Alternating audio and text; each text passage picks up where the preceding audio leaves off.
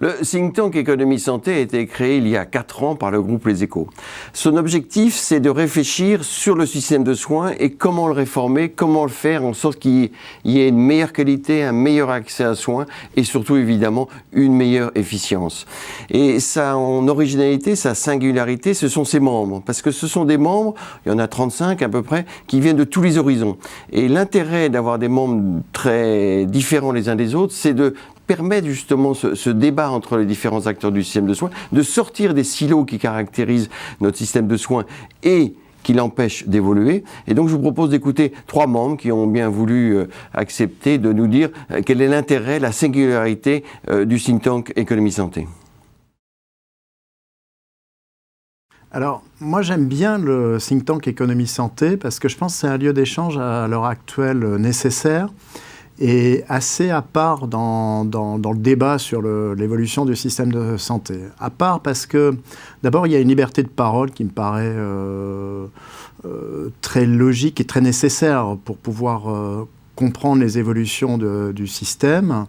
Liberté de parole entre des personnes qui viennent d'horizons divers. Alors, en tant qu'académique, je dirais qu'il y a une sorte de pluridisciplinarité qui est riche finalement dans les échanges et qui permet de chercher des consensus entre des points de vue différents. Et je crois que c'est un des problèmes à l'heure actuelle, au fond, auxquels nous sommes tous confrontés dans le système de santé, dans sa transformation. C'est de trouver des consensus au-delà des corporatismes. Je dirais que donc il y a un vrai bénéfice à comprendre les analyses qui sont proposées par le think tank à l'heure actuelle. Participer au think tank, c'est pour moi particulièrement intéressant, enrichissant, parce que ça permet de nourrir la réflexion qu'on a, nous, à Unicancer, sur nos pratiques, sur on va dire, la vie quotidienne des établissements de santé. Et puis, j'espère pouvoir apporter à mes collègues du think tank justement ce retour sur ce qui se passe au quotidien dans les hôpitaux. Ça permet d'avoir une vision d'ensemble, d'ouvrir la réflexion, et c'est particulièrement intéressant. Quand on parle de la santé en général en France, on raisonne par silos. On parle de la médecine libérale, on parle de l'hôpital, on parle des structures médico-sociales par exemple. En réalité, ce qui est intéressant dans le think tank, c'est qu'on croise l'ensemble des problématiques inhérentes à chacune des parties des silos pour avoir une vision transversale des choses, sans tabou, sans parti pris idéologique ou culturel ou syndical ou professionnel.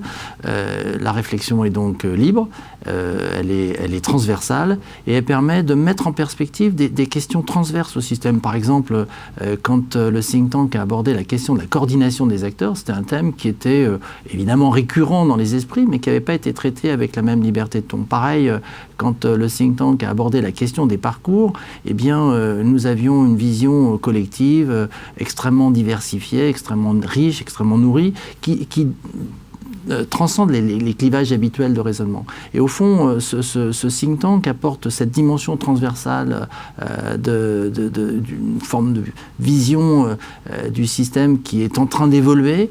On sent bien qu'on est dans un système qui est en train de changer profondément.